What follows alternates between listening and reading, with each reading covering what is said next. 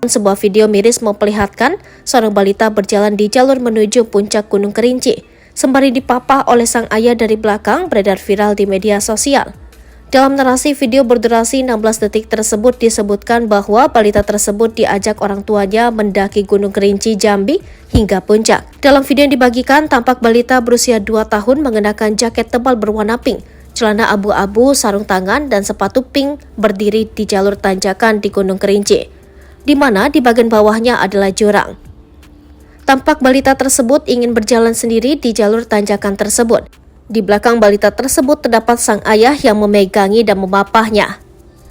Dalam video tampak sang ayah hanya mengenakan kaos dengan topi. Sang ayah tidak mengenakan jaket maupun gendongan anak untuk naik gunung. Hanya terlihat sang anak membawa tongkat hiking.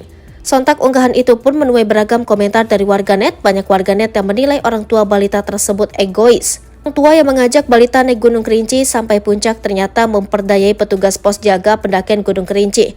Dudung petugas pos registrasi pendakian Gunung Kerinci mengatakan pendaki dengan membawa balita itu datang pada Agustus 2023. Mereka mengaku hanya akan naik sampai shelter 1 dan tidak sampai puncak. Saat itu ada kedua orang tuanya datang ke pos jaga, izin melapor mendaki dan akan sampai batas shelter 1 lalu pulang, kata Dudung. Menurut Dudung, titik aman di bawah shelter bisa dilakukan untuk anak di bawah umur tapi tidak untuk mendaki sampai puncak atau summit. Semua sudah dijelaskan waktu kedua orang tuanya di pos, kalau hanya sekedar melakukan kegiatan pendakian sampai titik aman pertama di bawah shelter, 2.400 mdpl itu bisa dilakukan untuk anak di bawah umur, bukan untuk summit, kata Dudung. Namun nyatanya mereka baru turun 2 hari kemudian dan mengaku mendaki sampai puncak atau summit.